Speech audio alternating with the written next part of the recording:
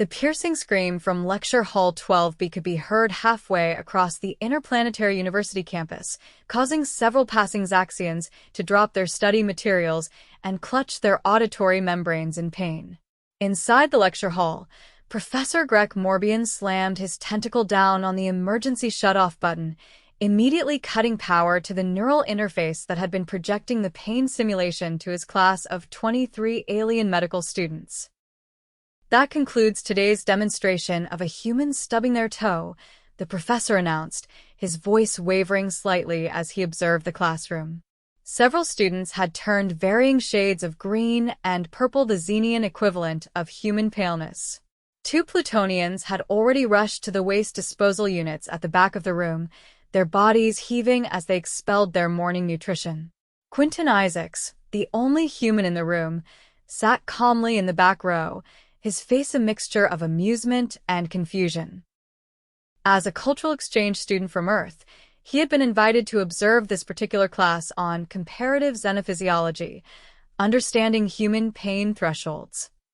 What he hadn't expected was to witness an entire class of advanced alien medical students completely undone by what humans considered a minor, if momentarily excruciating, pain. "Professor," Quentin called out, raising his hand. "Is everyone okay? That was just a toe stub, right?" The professor's eye stalks swiveled toward Quentin, all 4 of them blinking rapidly in what the human had come to recognize as distress. "Mr. Isaacs, perhaps you don't understand. What your species casually refers to as stubbing a toe registers on our pain scales as comparable to what we would experience during moderate surgical procedures without anesthesia." The classroom was still in chaos. A tall, willowy alien with iridescent skin was fanning herself with all 6 hands. "By the 7 moons of Trolax," she whispered to her classmate, "how do humans function? How do they survive daily life if their bodies can experience such intensity?" Professor Morbihan cleared his throat sacs. "Class dismissed. We will reconvene tomorrow for our lecture on human childbirth. I strongly advise those with sensitive neurosystems to prepare accordingly or consider requesting an exemption." As the alien students filed out, many still unsteady on their various appendages, Quentin approached the professor's desk at the front of the room.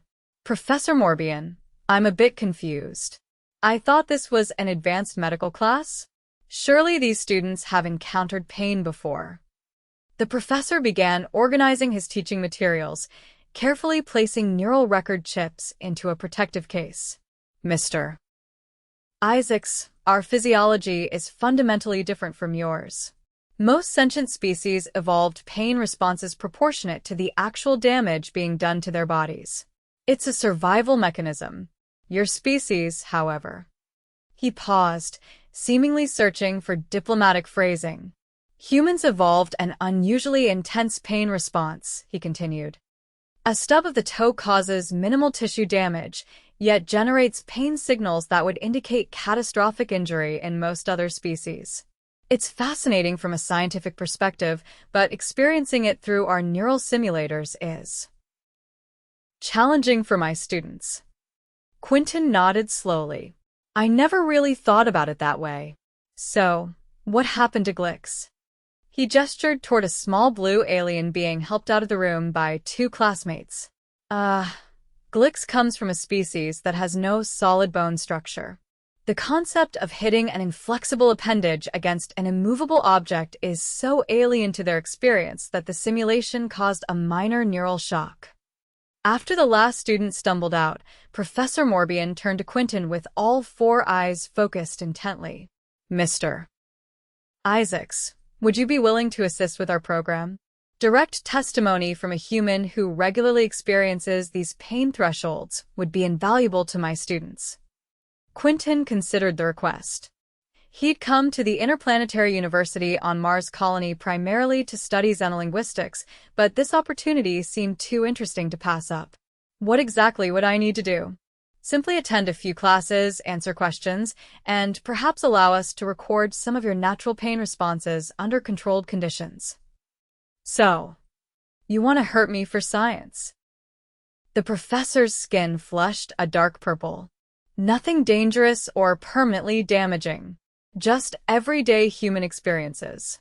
We would compensate you generously with extra academic credits. Quentin shrugged. Sure, why not? It's not every day I get to terrify a room full of aliens just by existing. The following morning, Quentin arrived at the xenophysiology laboratory to find it dramatically transformed.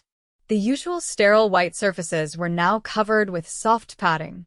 Warning signs in 12 different languages and symbol systems had been posted on every wall. A nervous-looking alien assistant handed him a waiver form that extended to 17 pages. Is all this really necessary? Quentin asked as he scanned the document, which included clauses about psychic trauma to observers and interspecies emotional distress compensation. Professor Morbihan emerged from his office, followed by a small group of students who kept a noticeably wide berth from Quentin. Absolutely necessary. After yesterday's toe-stubbing simulation, 3 students filed formal complaints with the ethics committee, 2 requested transfer to different specialties, and 1 has taken a medical leave of absence. Quentin tried not to laugh. And these are medical students? How do they handle actual medical emergencies? A tall, graceful alien with feathered crests stepped forward. Our species are perfectly capable of handling emergency situations, human. What we find difficult to process is the seemingly disproportionate pain response your kind experiences for minimal physical damage.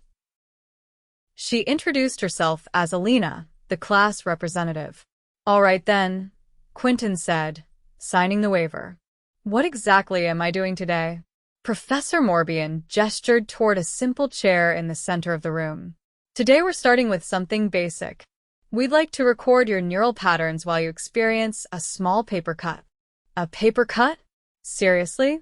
Quentin looked around at the assembled aliens, many of whom were already tensing their various appendages in anticipation. We must start with baseline measurements, the professor explained, carefully handling what appeared to be an ordinary sheet of paper. Our simulation data needs verification against actual human responses. Quentin sat in the chair as assistants attached non-invasive neural monitors to his temples and fingertips. The entire class watched from behind a transparent safety barrier that Quentin found increasingly amusing. Professor Morbihan approached with a paper, holding it as if it might explode. Please extend your index finger, the professor instructed. Quentin did as asked. With scientific precision, the professor drew the edge of the paper across the tip of Quentin's finger. A thin red line appeared, and Quentin winced slightly. Ouch, he said reflexively, then sucked on his finger briefly. That stings a bit. The reaction from behind the safety barrier was immediate and dramatic. Several students gasped.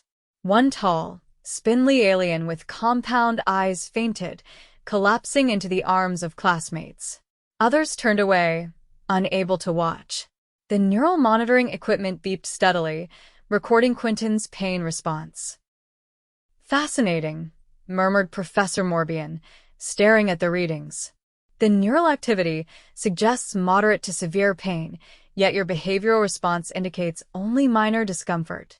Well, yeah, Quentin said, examining his finger where the cut had already stopped bleeding. It's just a paper cut.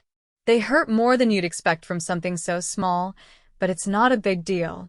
A student raised a tentacle. But the neural readings? They're similar to what our species would experience during minor surgery. Humans experience this regularly? Asked another student, her voice trembling. Sure, Quentin shrugged. Especially in offices or when handling books. It happens. The classroom erupted in murmurs. Professor Morbihan had to wave his tentacles for quiet. This confirms our theoretical models. Humans don't just have high pain thresholds, they have extraordinary pain tolerance. The difference is crucial. Over the next week, Quentin became something of a celebrity on campus. Alien students from departments far removed from medicine began showing up to observe the increasingly popular demonstrations of human pain responses. Each session followed a similar pattern. Quentin would experience some minor discomfort common to human life. The monitoring equipment would register intense neural activity, and the observing aliens would react with a mixture of horror, fascination, and disbelief. They recorded his responses to brain freeze from eating ice cream too quickly, the sting of getting shampoo in his eyes, and the burn of spicy food. Each demonstration sent several students to the recovery area where they were treated for symptoms of sympathetic shock.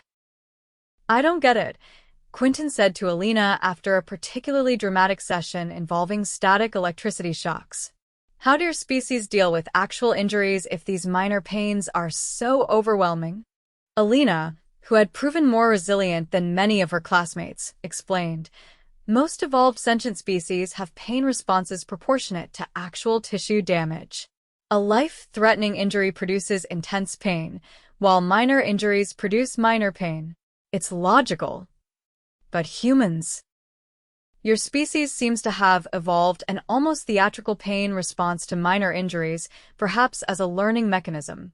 What's truly remarkable is your ability to compartmentalize and continue functioning despite the pain. It's as if you experience the pain fully, but can choose to ignore it." Professor Morbihan joined their conversation. "This is precisely why human pain response has become such an important field of study. The implications for pain management across species are enormous." On the 10th day, the class prepared for what Professor Morbihan described as the culmination of their preliminary studies.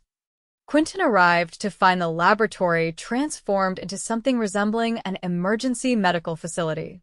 Medical equipment he didn't recognize lined the walls, and twice as many students as usual were present, along with several faculty members from other departments.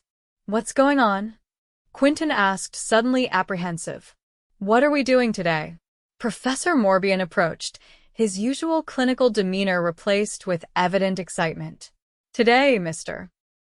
Isaacs, we will be documenting one of the most intense pain experiences common to humans that doesn't result in serious injury, which is stepping on a Lego brick." Quentin couldn't help but laugh. "You're kidding, right? That's what all this preparation is for." "I assure you, we take this very seriously," the professor said. "Our simulations suggest this experience registers at nearly 85% of maximum human pain capacity without causing significant tissue damage. The neural pattern is fascinating, intense, sharp, but incredibly localized." "And you want me to step on a Lego?" For science, confirmed the professor. "With your consent, of course." Quentin looked around at the assembled aliens, many of whom were already showing signs of anxiety, just anticipating the demonstration. "You know what? Let's do it. But I want those extra credits we talked about doubled." "Agreed," said Professor Morbihan quickly. The setup was elaborate. A clear path was created with a single Lego brick brought specially from Earth placed at its center. Quentin would walk normally, barefoot, and step on the brick, while the most advanced neural monitoring equipment available recorded every aspect of his response. Before beginning, a faculty member Quentin hadn't met before addressed the students. "What you are about to witness represents an extreme on the xenophysiological pain spectrum. Anyone who experienced adverse reactions to previous demonstrations should exit now." About a third of the students promptly left. Quentin took his position at the start of the path, neural monitors attached to various parts of his body. He felt slightly ridiculous but was committed to seeing this through. "Whenever you're ready, Mr. Isaacs," said Professor Morbihan from behind a reinforced observation shield. Taking a deep breath, Quentin began walking normally along the path. He deliberately avoided looking down, allowing for a natural encounter with the Lego brick. When his bare foot came down squarely on the sharp plastic edges, the response was immediate. "Yow!" Quentin yelped, hopping on one foot. "Damn it, that really hurts." The monitoring equipment exploded with activity. Alarms sounded as Quentin's pain readings spiked beyond the equipment's calibrated expectations. But what happened next caught everyone by surprise. The observing aliens reacted physically to the intensity of Quentin's response. It wasn't just sympathetic discomfort, something more was happening. Alina was the first to notice. "Professor," she called out urgently, "the human's pain response is generating empathic feedback through the neural monitoring system." Professor Morbihan moved quickly to examine the equipment, his color changing rapidly to a deep purple of concern. "Impossible. The monitors are passive recording devices, not transmitters." But the evidence was undeniable. Somehow, the intensity of Quentin's pain response was creating an empathic field that the alien's sensitive neurological systems were picking up. Students began collapsing, their bodies unable to process the unfamiliar sensation. Even the professors were affected, staggering against walls and furniture. "Shut it down," shouted an administrator from the doorway, herself barely able to stand. "Terminate the experiment immediately." Quentin, still hopping on one foot and rubbing his injured sole, looked around in confusion as chaos erupted. "What's happening? Are they okay?" A technician managed to reach the emergency shutoff, powering down all monitoring equipment. The effect wasn't immediate. The empathic field lingered for several minutes, but gradually the affected aliens began to recover, though many remained pale variations of their natural colors.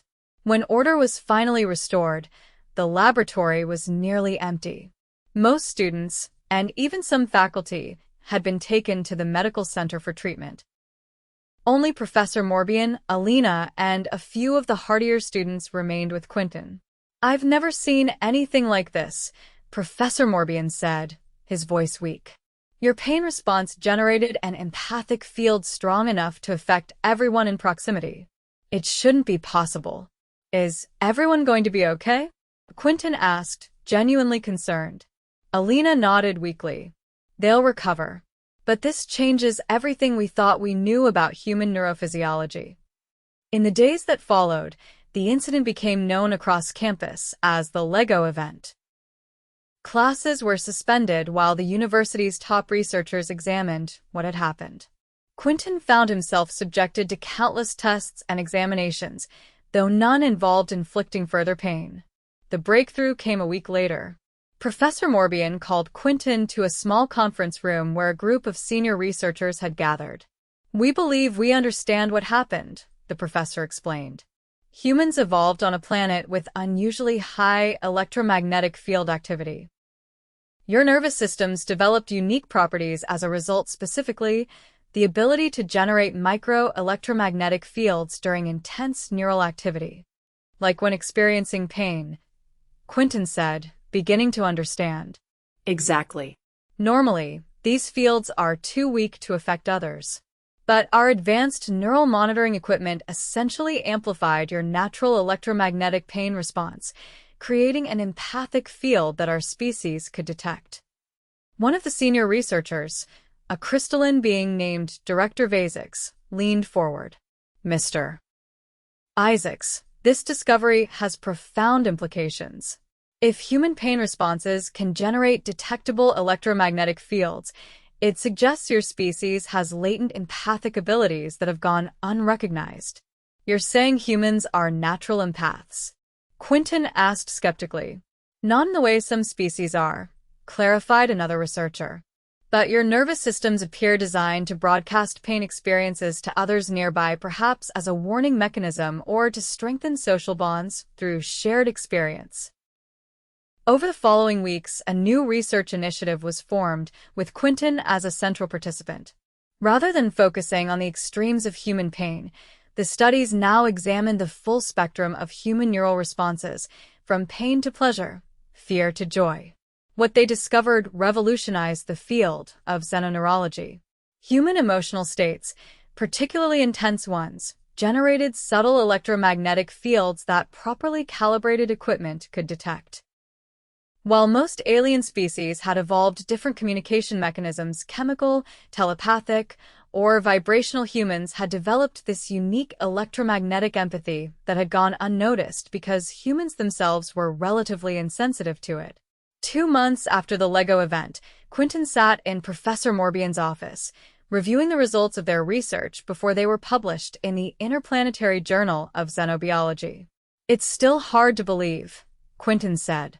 All this time, humans have been broadcasting our feelings electromagnetically without realizing it. Not just broadcasting, Professor Morbihan corrected. Your historical records show many instances of humans sensing others' emotional states without visible cues, what you call gut feelings or intuition. We believe you've been subconsciously detecting these fields all along. So, when we say we can feel someone's pain, we literally can? To a degree, yes. Though your species seems to have evolved a dampening mechanism that prevents you from being overwhelmed by others' emotions. Our species lack that protection, which is why the amplified signal affected us so dramatically. Alina, who had become Quentin's research partner, entered the office carrying data tablets. The medical faculty has already begun developing applications based on our findings. Imagine pain management techniques that can dampen these electromagnetic broadcasts, or diagnostic tools that can read them more accurately. The impact of their discovery extended far beyond medicine. Understanding the electromagnetic empathic nature of humans explained many historical human behaviors that had puzzled xenosociologists, from the contagious nature of human emotional states to the importance of physical proximity in human relationships. As the academic year came to a close, Quentin was honored at a special ceremony recognizing his contribution to interspecies understanding. The same students who had once fled from his pain demonstrations now approached him with fascination and respect. I never expected to become the subject of study when I came here, Quentin told the assembled faculty and students. I certainly never thought stepping on a Lego would advance interspecies medicine. Director Isaacs presented Quentin with a special commendation. Mr. Isaacs, your willingness to endure discomfort for the advancement of knowledge exemplifies the best qualities of scientific exploration. Because of you, we now understand that human pain tolerance isn't just physical, it's tied to your species' unique capacity for electromagnetic empathy.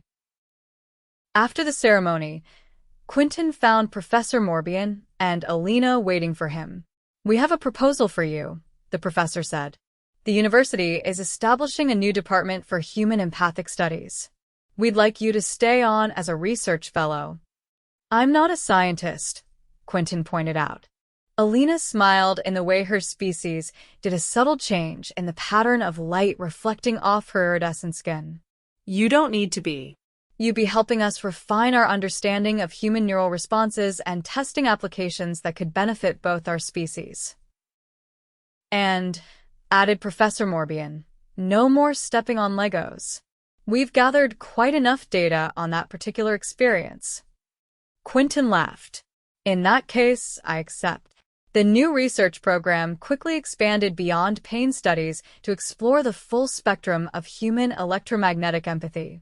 They discovered that positive emotions, particularly love, joy, and compassion, generated fields that were actually beneficial to many alien species, producing effects similar to their own natural healing states. Therapeutic applications were developed where humans with particularly strong electromagnetic signatures could assist in alien healing processes. In return, alien medical techniques were adapted to help humans better control and utilize their previously unrecognized empathic abilities. A year after the LEGO event, Quentin stood before a new class of alien medical students. The laboratory had been redesigned with equipment specifically calibrated for human electromagnetic fields, and safety protocols had been completely overhauled. Welcome to Advanced Human Empathic Physiology, he greeted them. I'm Quentin Isaacs, and I'll be your guide to understanding the unique way humans experience and broadcast pain. A hesitant student raised an appendage. Is it true you'll be demonstrating actual pain responses? Yes, but don't worry, Quentin reassured them. We now have dampening fields that prevent the kind of empathic feedback that occurred last year. You'll observe the data without experiencing it yourselves. Relief visibly spread through the classroom. Today we'll start with something simple, Quentin continued. The experience of a mild static electric shock, something humans encounter regularly. As he prepared for the demonstration, Quentin reflected on how far they'd come. What had begun as a study of human pain thresholds had evolved into a deeper understanding of interspecies empathy and communication. The research had expanded to dozens of worlds, with human volunteers working alongside alien medical professionals to develop new therapeutic techniques based on electromagnetic empathy. The demonstration proceeded smoothly, with the students observing the data readings with scientific interest rather than horror. When it concluded, Professor Morbihan joined Quentin at the front of the classroom. What Mr. Isaacs has just shown you represents one of the most significant discoveries in interspecies physiology in the past century, the professor told the students. Humans don't just endure pain differently than we do, they process and share it in ways that have profound implications for medicine, psychology, and interspecies relations. After class, Alina met Quentin in the university gardens, where they often discussed research findings in a less clinical setting. The garden had been designed to accommodate various alien biological needs, resulting in an otherworldly landscape of colors and textures that still took Quentin's breath away. The new students seem less frightened this year, Alina observed. Your reputation precedes you. For better or worse, Quentin laughed. I'm still known as the Lego guy in some departments. You should consider it an honor. Your pain changed our understanding of both our species. Speaking of which, Quentin said, retrieving a small device from his pocket. The engineering department finished the prototype. The device, small enough to fit in his palm, was designed to detect and visualize the electromagnetic fields generated by human emotional states. When activated, it created a holographic display showing colorful patterns that shifted with Quentin's emotional state. Remarkable, Alina said, watching the patterns change as Quentin thought about different experiences. You humans have been communicating this way all along without realizing it. And your species and others have been picking up on it without understanding what you were detecting, Quentin added. It explains so much about first contact misunderstandings. The research had indeed revealed that many historical tensions between humans and alien species stemmed from unrecognized empathic miscommunications. Humans in fear or pain generated fields that some alien species interpreted as aggression, while alien emotional expressions often went completely undetected by humans. With this new understanding came new approaches to interspecies diplomacy. Human negotiators were now trained to recognize and manage their electromagnetic emissions, while alien diplomats used technology to better interpret human emotional states beyond verbal and visual cues. As sunset approached, the Martian colony's artificial day-night cycle creating a spectacular array of colors in the biodome sky, Quentin and Alina walked toward the memorial that had been established to commemorate the LEGO event. A simple plaque described the discovery and its significance, with a small display case containing the actual Lego brick that had changed interspecies understanding forever. Do you ever regret it? Alina asked. Becoming a research subject instead of just completing your linguistic studies? Quentin considered the question. Sometimes I wonder what would have happened if I'd never walked into that classroom that day. But no, I don't regret it. Pain is universal, even if we experience it differently. Understanding those differences has brought our species closer together. Pain and the capacity for empathy, Alina added. Perhaps that's the true foundation of sentience across the galaxy.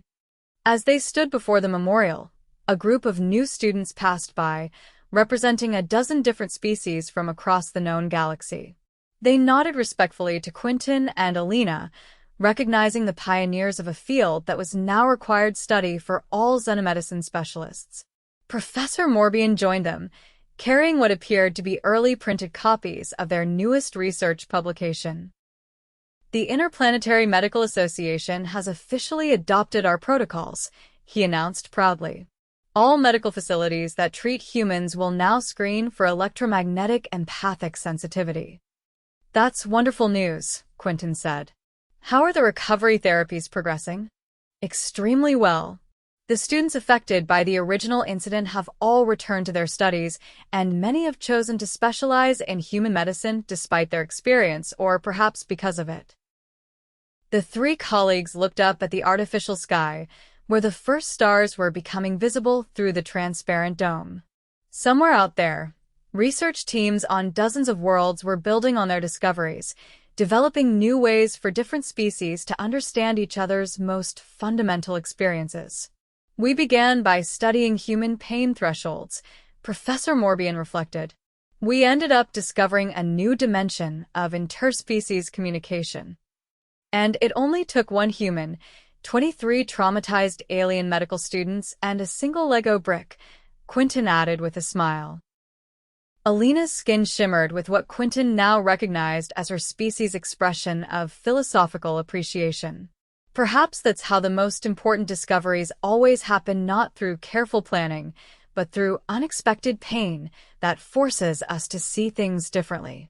As night fell over the Mars colony, the three friends walked together toward the university center, where a celebration was being held to mark the publication of their research. Around them, humans and aliens from across the galaxy mingled, their understanding of each other forever changed by the discovery that pain and the empathy it generates might be the universal language that truly unites all sentient beings.